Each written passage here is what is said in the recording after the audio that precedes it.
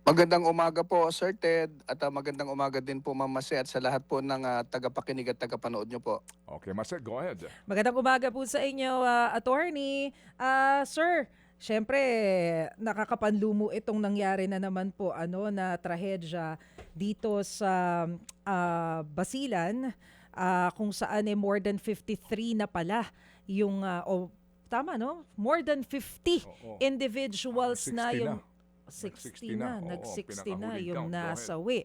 So, pakipaliwanag nga po sa amin, for ordinary people like us, pakipaliwanag nga po muna sa amin, attorney, kung paano po ba yung nagiging operasyon kapag po mga ganitong paalis ng pantalan, ano-ano po bang ahensya, kumbaga, yung nakatutok dito? Okay, ganito po yan, Ma'am Mase, kung halimbawa po sa mga hindi po pamilyar sa operasyon po nung pagsakay po ng mga RoRo vehicles sa mga RoRo vessel po sa ating mga pantalan, so yung pong mga sasakyan, halimbawa mga truck, mga bus, yan po ay bumibili po yan ng ticket para sila po ay makasakay sa mga barko po, ano? At ang proseso po niyan, dumadaan po yan sa ticketing po ng shipping lines. Depende po yan sa laki po ng sasakyan kung ano po ang sisingilin nila. Pagkatapos yan po ay maghihintay at kapag ready na pong sumakay po yan po ay dumadaan po, ideally po dumadaan po yan at tinitimbang po yan. Ano? Meron po tayong mga tinatawag na track scale o weigh bridges po sa mga pantalan po natin. Mm. Kalimitan po ang mga tinitimbang po natin dyan yung po mga malalaking sasakyan. Kung ordinaryong sasakyan lamang po, alimbawa yung mga kotse o yung po mga maliliit na van, hindi na po yan dumadaan po sa timbangan. Mm. At ang timbangan po kasi na yan, may singil po yan. Ano? Ang sinisingil po ng terminal operator po dyan sa akin pong pagkakaalam dahil I think way back before 2020 po, pinatanggal ko po yung singil dyan, diretso po sa mga mananakay at yan po ay sisingilin dapat sa mga shipping lines. Ano? Mm. So dadaan po yan at titimbangin, binibigyan po ng resibo yung tinimbang na sasakyan, nandoon po kung ano yung naitalang timbang niya. And then dediretso na po yan doon sa tinatawag nating marshalling area, nakapila po sila bago po sumakay doon po sa mga barko. Ngayon po, bago po sumakay sa mga barko po yung mga sasakyan na yan, meron pong nag-check po dyan, kasama po nung shipping lines, nag-check po dyan yung Philippine Coast Guard para, bali ang final checking po dyan sa papel po na sa parte ng gobyerno ay ang Philippine Coast Guard po. Titingnan po yan. Marami pong napakahaba po ng checklist ng Mm. Philippine Coast Guard po bago nila i-clear yung pong barko na bago lumayag. At kasama nga po dyan kung yan po bang sasakyan po ay natimbang. So Mhm. kapag yan po ay kompleto ang dokumento po niyan, kompleto po yung requirements para makalayag, yan po ay pasasakayin na po doon sa barko at ang nagsasabi po kung saang parte po ng barko ikakarga yung sasakyan Oh. yung pong tinatawag nating master of the vessel po o yung pong kapitan ng barko, no. Mm. So siya po ang magkakamada niyan, meron ilalagay sa kaliwa, meron sa kanan. Depende po kasi yan kung paano po babalansehin yun pong paglo-load po ng sasakyan at nang hindi po at ang pagsakay po sa barko balansyado po at hindi nakatagilid o hindi Mm. po hindi pantay. So yun po ang silbi nung pagtitimbang para magkaroon sila ng estimation kung yan po ba ay ano po ang timbang sa pagbabalanse. Pagpasok po niyan Mm. at naikarga na po, ang nagtatali po niyan, kumbaga yung tinatawag po nilang lashing, yung pagtatali po ay pinamamahalaan po nung shipping line po, no? Sila ang nagtatali niyan at yan naman po ay chine-check po ng Philippine Coast Guard. At titingnan po nila kung tama ba yung pagkakatali ng sasakyan.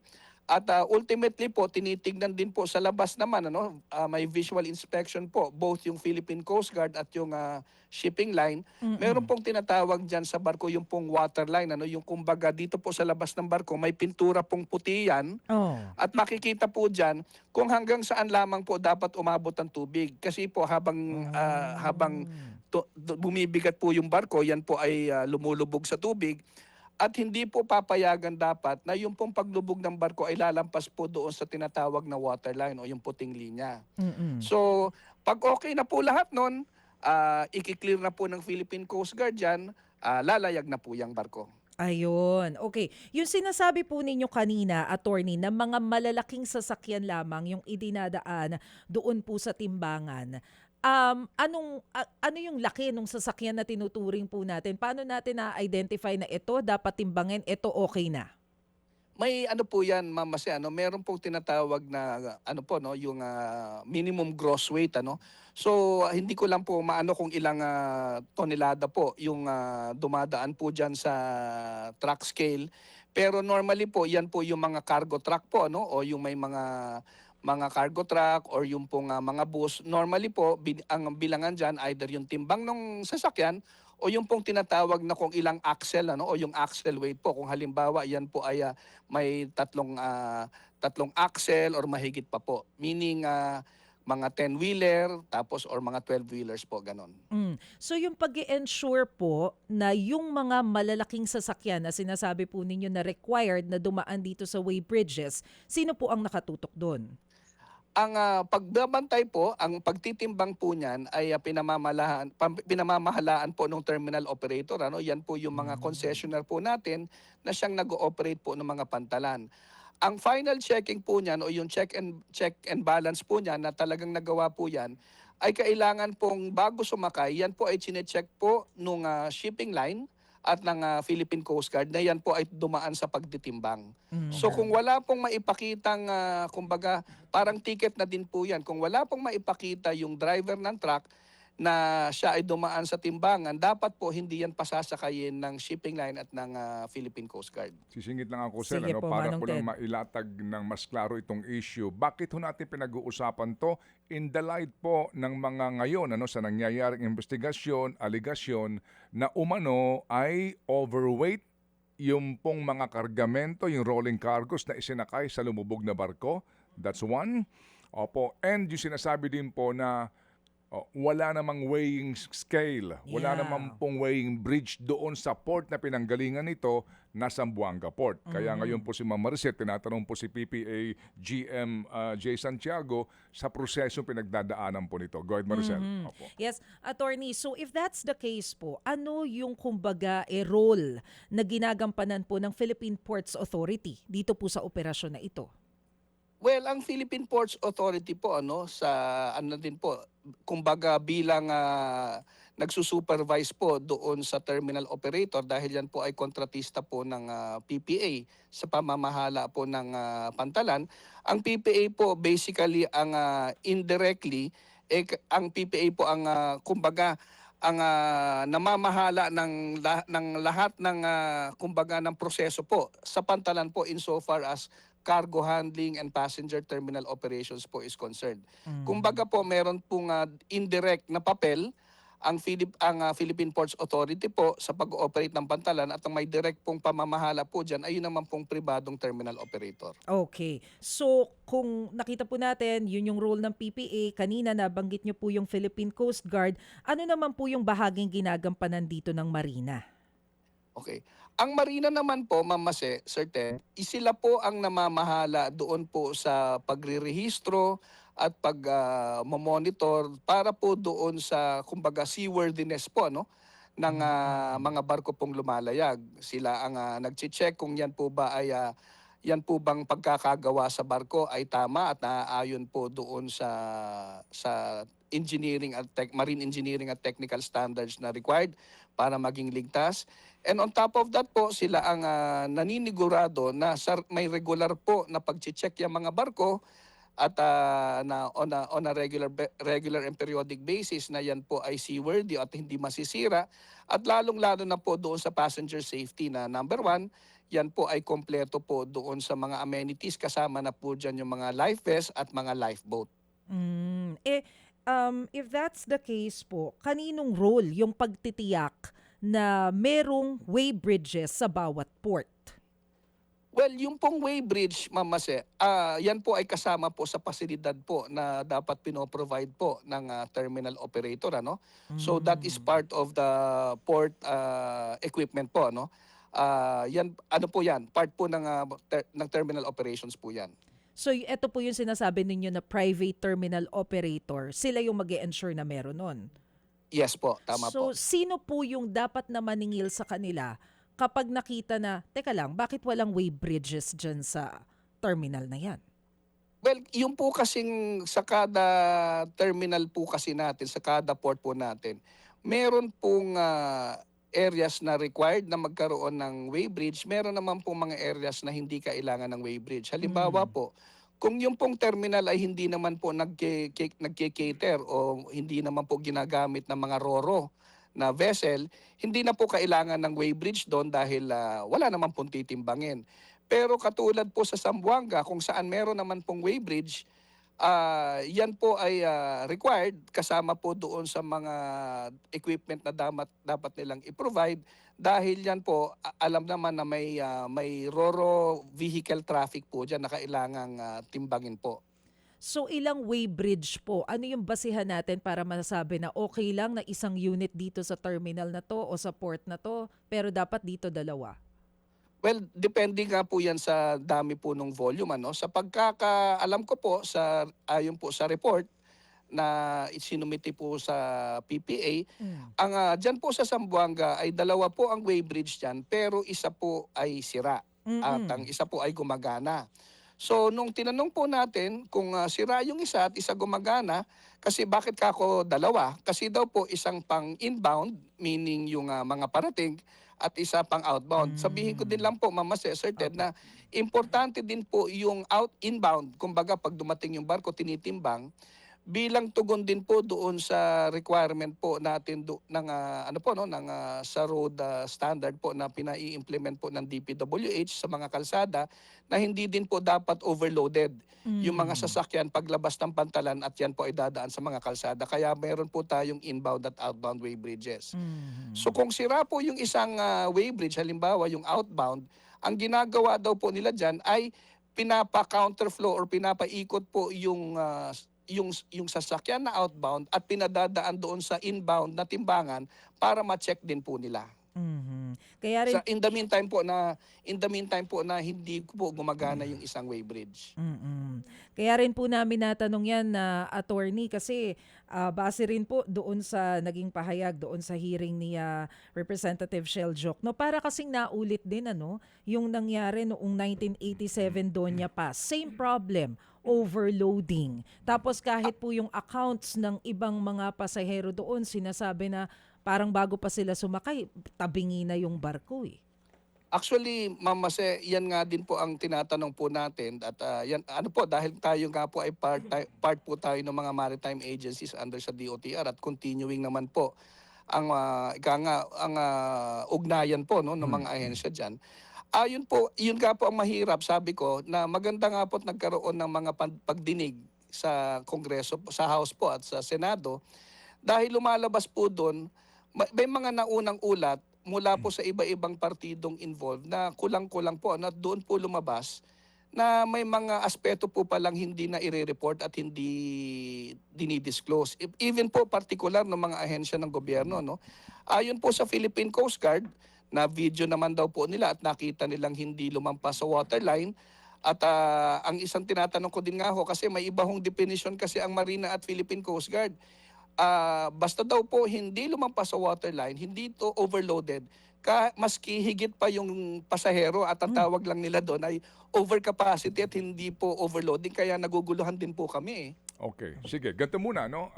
Attorney, para ho mas klaro po at ang ating usapan dito. Dito muna sa nangyari po sa sinawing palad po na barko galing ng Zamboanga. Ano ang official report ng inyong opisina? Dumaan ho ba sa weighbridge ang mga sasakyan na ikinarga dito, yung rolling cargos?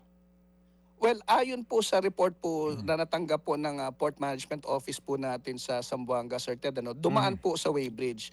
Pero ang kakaiba po kasi doon sa istorya at hindi po nare-report ng gaano sa media, apparently nagtimbang po sila para sa isang barkong originaling gagamitin, yung daw pong tinatawag na MV Antonia 1.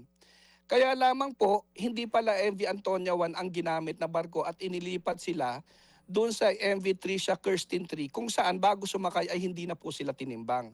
lumalabas po na mas maliit palang barko yung MV Tricia Kirsten 3 Mhm. kaysa sa MV Antonia 1. Okay. Yun po yung specific na kwento po nila. Alright, sige po. Para ho at least maiklaro ito kasi nga nagkakaroon ngayon po ng malalimang investigasyon. Ngayon, sir, ito pong Zamboanga Port ay inyo na pong na-privatize, di po ba? Yes po, Sir Okay, Ted. sige. Opo. Alright, sige. Pero sabi ho ninyo, may mga ports under PPA pa rin na obligado rin na magbumili kayo ng inyong sariling way bridges? Tama po, Sir Ted. In fact, yun pong sa atin pong pina-inventaryo po natin, yung Aha. pong mga way bridges natin, Mhm. lumalabas po, meron po tayong 69 way bridges na nakadeploy po sa iba-iba po nating pantalan at out of the 69, pinapacheck ko nga po kung bakit gano'n, meron pong 13 hindi gumagana at meron po tayong 56 po na gumagana po. Ano? Okay. Meron po kayo sinasabi na usually ang ilang mga ports hindi na kailangan ng way bridge kasi kaninyo yung traffic ng Roro ay hindi naman ganun po kabigat o karami. Well, or ano po, Sir Ted, walang Roro traffic. Halimbawa po, mga Sige. fast craft lang po 'yan Okay. at wala pong dumadaang mga truck po halimbawa. Sige, Opo. ganito. Ito ho, Attorney Jay, gawin nating case study itong Zamboanga. Itong Zamboanga, itong barko ho ng Allison at Montenegro for that matter, galing ka ng Zamboanga. Saang mga ports ito dumadaong? Mga Roro ito kasi nagkakarga sila ng mga sasakyan na cargo. May kargada kasi nga commercial po ito. Usually po, yung kanila pong traffic din. Saan ito bumabiyahe? Eto po. Well, Hindi ho ba halimbawa po. halimbawa sa Opo. sa Isabela Port. Tama? Yes po, Okay. po. Opo, Sir Ted. Meron tayong port sa Lamitan. Yes po, Sir Ted. Meron din tayong port sa Sulu, itong Holo Port, tsaka Siasi Port. Opo, yes sir. May port din tayo sa Bungaw, sa Tawi-Tawi. Yes po, Sir Ted. Okay, itong mga barkong ito na Roro, bumabiyahe po dito sa mga port na ito. Yung bang binanggit ko mga port ay PPA operated? May mga port po doon na PPA operated at may mga ports din po doon na hindi po PPA. Okay, doon sa binanggit ko po, Isabela Port, Lamitan Port, Sahulo Port, Bonggao Port, ito ho ba yung mga PPA? Sa pagkakaalam ko po, ang PPA port lamang po doon ay yung pong sa Isabela Basilan po. Isabela Basilan lang. The rest Apo. po, the rest na mga port na dinadaungan nitong mga Roro na ito, sino nag-ooperate? Either LGU po yan, Sir Ted, o under na po sila ng BARM. Okay, so pag nahugan yan, kasi it follows na kung Roro ang lalanding doon, magdadock doon, nagkakarga din sila pabalik ng sasakyan din 'Di ba? So kung kung ito hong kaninyo ang PPA lang ay Isabela Port? Yes po, Okay, Sir sige. Ted. Yung Isabela Port ba may weighing bridge? Wala. Well, wala pong weighbridge din po Ayun, doon. yun. Okay, sige. So that's PPA call now, 'di ba? Opo, Okay. yes po. Kaya namin ginagawa ito, moving forward ba Maricel, na hindi na maulit kasi nga po, ito yung muling mangyayari kasi nga dito sa technical na pangangailangan na importante na mag-invest either ang PPA po o itong LGUs. Kapag po ganyan na LGU yung nag-ooperate, wala bang mandato sa batas na inoobliga sila na sila magpundar ng sariling way bridge para nga sa kaligtasan ng kanilang mga kababayan doon? Well, yung po, Sir Ted, sa kasamaang palad po, walang specific pong mandato sa batas na obligado pong yung sa mga pantalan po natin na obligadong maglagay po ng weighbridge. It becomes an operational issue po for practical purposes pero po kumbaga yung batas mismo ang nagtatakda na kailangan mag-install ka ng ganyan, wala pong specific na mandato po doon. Opo. Ito ho dapat lumabas sa mga hearing ngayon. Kasi in aid of legislation, ito yung napaka-importante, malaman kung ano ba ang mga pagkukulang. Kasi ngayon po nangyayari daw dyan, Sir Attorney Jay, tansyahan na lang nga Yung pong mga kotse, kasi may gross weight ka na sa rehistro mo pa lang, di ba? Sa ORCR Tama po. mo, may timbang ka na doon. So hindi mo na kinakailangan timbangin. Yung mga truck kasi, truck, mabuti kung dry weight, meaning walang kargada. Paano kung puno ng kargamento? Hindi po ba? Yun na yun Kaya nga po, ang kapitan, binabalansi mo na lang, tinatansya mo na lang, mano-mano kumbaga. Kaya importante nga yung timbangan. At maliban po dito, sa binabanggit ko mga lugar, Attorney Jay, meron din pong mga, di ba, itong sa tablas na inyong pantalan. Wala din po ditong, sa Bicol na lang po, no? Sa Virac.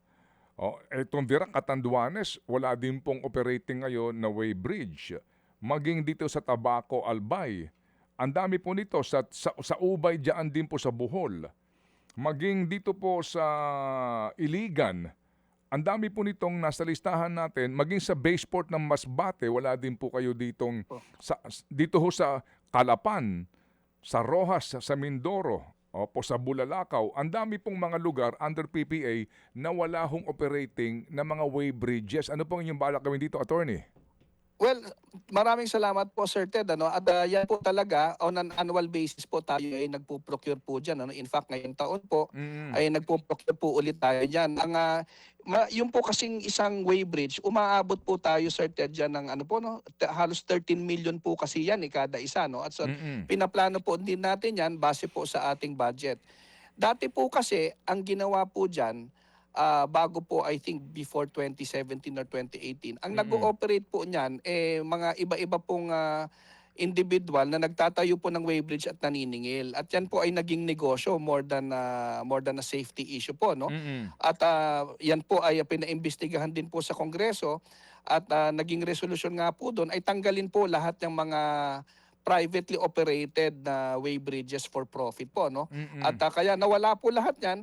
At simula po, I believe, sometime 2020, tsaka pa lamang po tayo ulit nag-repopulate po ng mga weighbridges po natin dyan. At on an annual basis po, ay inuunti-unti po natin yan. If I'm not mistaken, mga 10 areas po kada taon po ang ating pinapa-installan po ng weighbridge. Sa isang taon, magkano po ang income ng PPA as GOCC? Well, sa nakaraang 2025 po, tayo po ay... ang PPA po ay kumita, if I'm not mistaken, about 27 billion po, no? 27 billion pesos. 27 billion pesos. Kanin nyo, mga more or less, 14 milyones po ang weighbridge. Opo. Kung kailangan mo ng 10, it's only 140 million. I mean, Attorney, kung, Opo. palagay ko po naman, kung papayagan lang po ng inyong pamunuan, do you operate as may board ho ba kayo?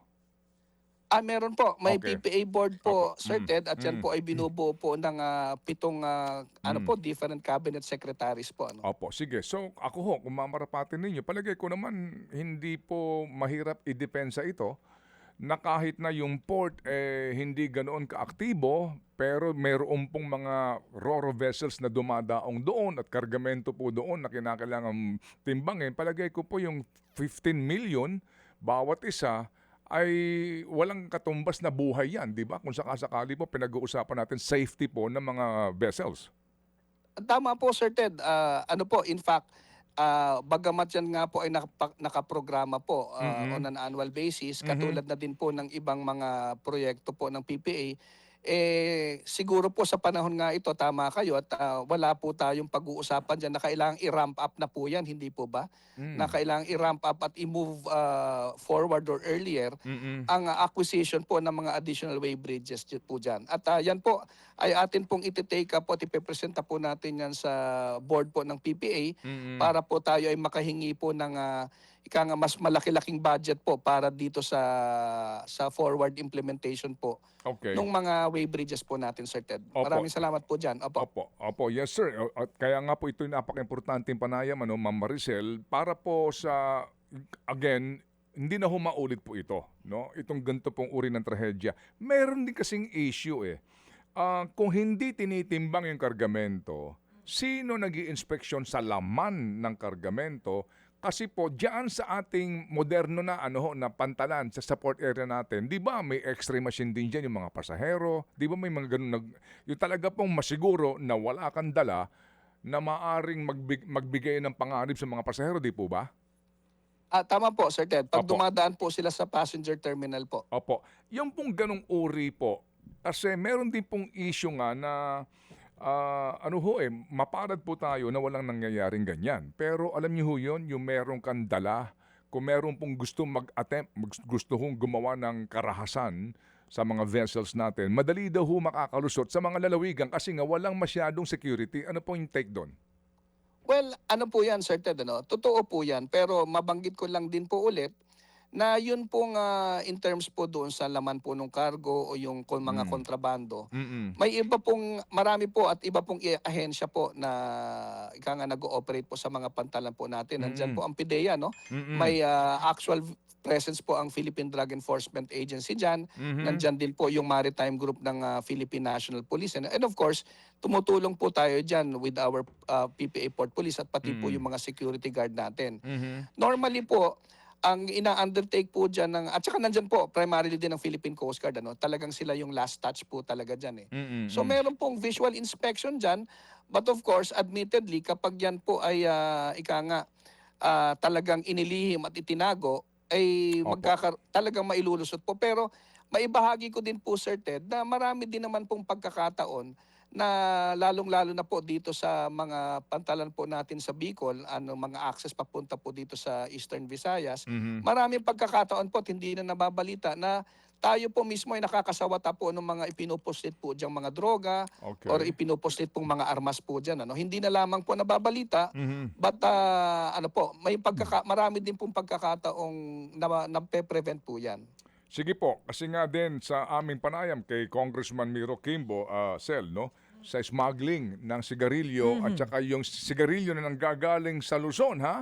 Oh. Yung dito ho ginagawa na ang laki po ng sindikatong ito, mawalang galang lang po, no? Basulta yung binabanggit eh. Basilan, Sulu, Tawi-Tawi. So meron po mga reports din yung, eto na, yung mga truck-truck na kinakargahan ng sigarilyong ito na siyang distributor sa mga bayan-bayan kaya nga available sa mga sari-sari store sa mga kanayunan kasi nga may nag-aahente. So may ganun din pong usapin nga na nakakalusot dito po sa mga ro-ro vessels na ito yung mga Ayun. truck na may kargang smuggled o kontrabandong sigarilyo. Ito ho yung mga ipinupunto po ng ating mga kababayan. Relevant din po ngayon sa kabuuan pong aspeto ng safety and security po ng ating pong vessel ng mga bumabiyahe po at dumadaong sa mga pantalan po ng PPA, GM. Apo, Sir Ted, actually yan po ay ni-raise na din po natin yan. At yan nga po ang ika nga isa sa mga rason kung ba't pino-push natin yung unified authority po sa mga port natin, ano.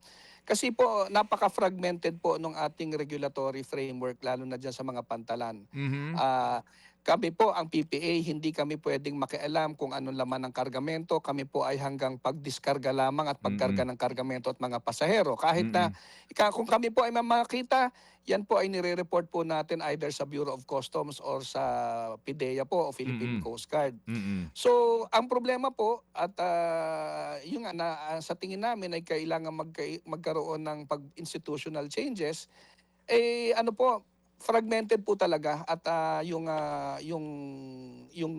regulatory at saka policing Mm. ano po process diyan sa mga pantalan natin at yan po sana ay yun po ang ma-address ng ating pamahalaan Mhm. na magkaroon po ng ng unified administration at authority po diyan sa mga pantalan po Opo. natin. So you need Mabanggit ko lang po, Good. yes po, Sir Ted, mabanggit ko lang po, no, yung sa nabanggit niyo po, tama po yan, ano, diyan po sa area, lalong-lalo na Mm. po ang entry diyan sa Zamboanga. Mhm. At yan po, nakikipag-ugnayan po tayo, mas intense po diyan kumpara sa ibang pantalan po natin sa Bureau of Customs.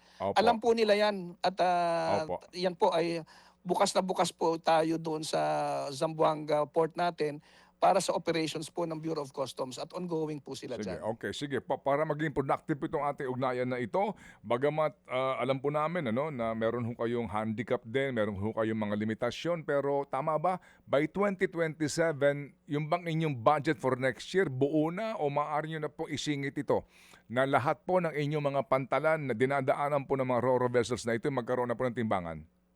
Well, ganito po, Sir Ted, ano, yung pong ating corporate operating budget, yan po ay mabubuo po after po ng Abril, ano, kung kailan na tapos na po yung pagsasara ng libro para sa taxes po, no. Mhm. Pero maisusiguro ko po sa inyo na dahil nga po sa ating namulat din tayo na kailangang i-ramp up talaga to, yan po ay assure ko sa inyo na ipopropose po natin yan sa ating PPA board para sa 2026 budget po ay madagdagan na po natin at ma-ramp up natin kung kakayaning lahat po ng apektadong pantalan ay magkaroon po ng weighbridge.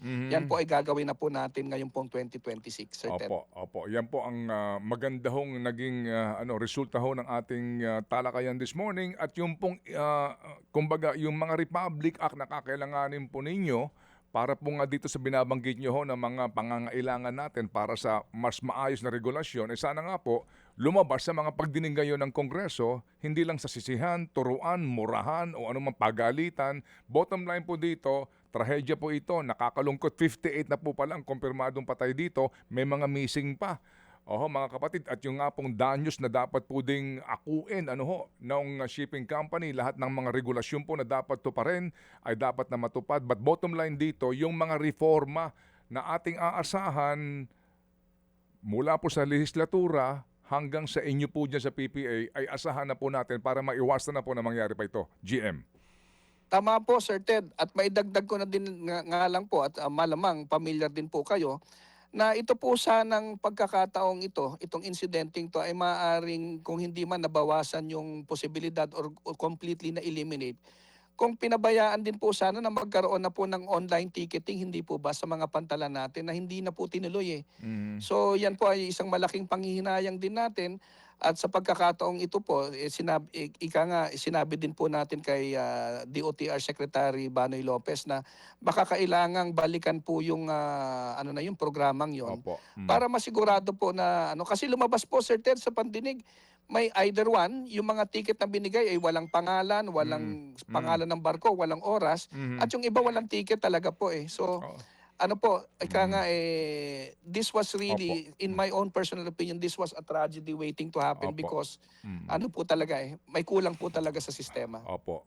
Kasi nga din yung culture and tradition and common practice, di ba, na dapat na nga pong mabago po dito. Salamat GMJ at muli kaming makikipag-ugnayan kung meron ho kayong magandang balita dito po sa ating po na pag-usapang ito. Salamat po GM.